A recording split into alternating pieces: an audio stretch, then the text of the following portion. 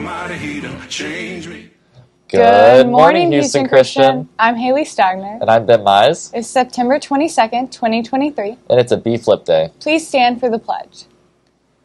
I pledge allegiance to the flag of the United States of America and to the republic for which it stands, one nation, under God, indivisible, with liberty and justice for all.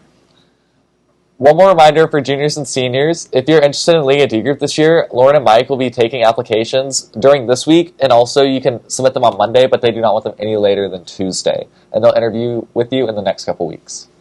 Another reminder, next Wednesday, September 27th, is See You at the Pole. This will be a great time for the student body to gather and spend some time in prayer together for a half hour starting at 7. And also on Wednesday, on 27th, so next Wednesday, you can chat with Executive Chef Josh in the Leadership Lab during lunch. On November 30th, there's an 8th grade leadership night. We need student volunteers for our planning committee, so come see Miss Dickerson in the Bush Center if you're interested in creating a great event. Attention Mustangs. Fashion Club's first meeting of the year is today during lunch in Miss Stiven's room. So they'll be announcing officers as well as where they're heading for this upcoming year. And guys, there's some food, snacks, okay? First come, first served, so come to the meeting for some free snacks. Make sure to be there. Now back to announcements. Back to announcements. Hey Ben, what's for lunch? For today's lunch, in the Classic Cafe, you can find orange chicken with white rice. In the All-American Grill, per usual, you can find those delightfully delectable Hawaiian ham sliders with tater tots. And finally, per usual, in the parlor section, you can find some absolutely gloriously scrumptious pepperoni and cheese calzones. And now to devotions. Well, happy Friday, everyone. Hope you are doing well. For one last time this week, allow me to read Jesus' words from the Gospel of Matthew, beginning in chapter 7, verse 7. Ask, and it will be given to you. Seek, and you will find. Knock, and the door will be opened for you. For everyone who asks receives.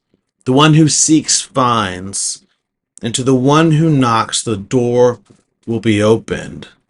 Verse 9, which of you, if your son asks for bread, will give him a stone? Or if he asks for a fish, would give him a snake? If you then, though you are evil, know how to give good gifts to your children, how much more will your Father in heaven give good gifts to those who ask him?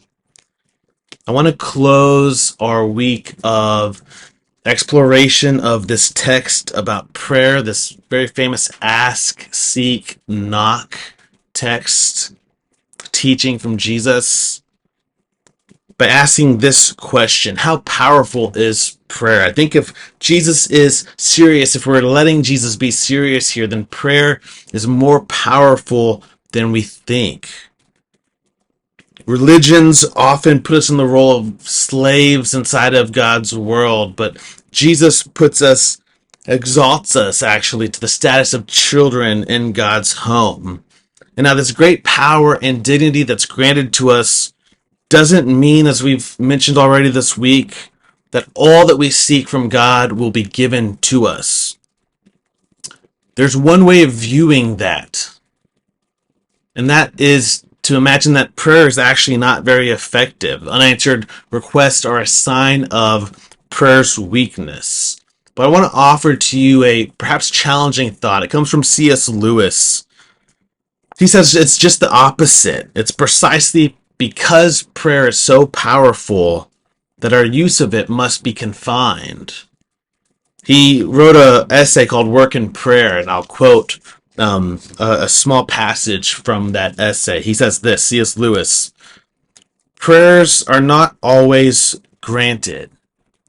This is not because prayer is a weaker kind of causality, but because it is a stronger kind. When it works at all, it works unlimited by space and by time. And that precisely is why God has retained the discretionary power of granting or refusing it, except on the condition that prayer would destroy us. If Lewis is correct, far from being disappointed, we ought to be grateful when a desire expressed in prayer is not granted. Perhaps this seems absurd. I'd encourage you to think about it deeply this morning. Maybe an unanswered prayer is not a sign of prayer's weakness, but instead of prayer's strength. And prayer is so strong and powerful that God has to sometimes step in and constrain it and control it and deny certain requests. It might seem absurd, but I would suggest to you this morning, as my brothers and sisters in Christ, that it would seem absurd only to those who have yet to be convinced of God's complete and utter goodness toward his children. Have a great Friday. Have an even better weekend. Know that we love you and we care for you. We're praying for you every day. And we'll talk to you soon. And out to birthdays.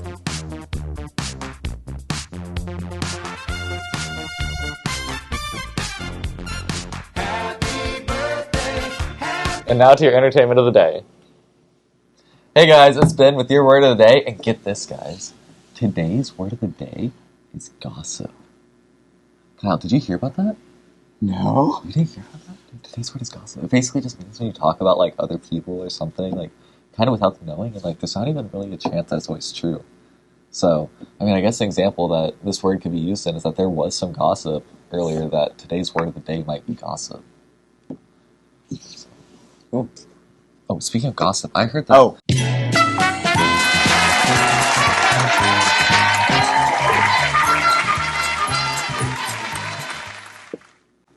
Hey guys, it's Kyle with your joke of the day.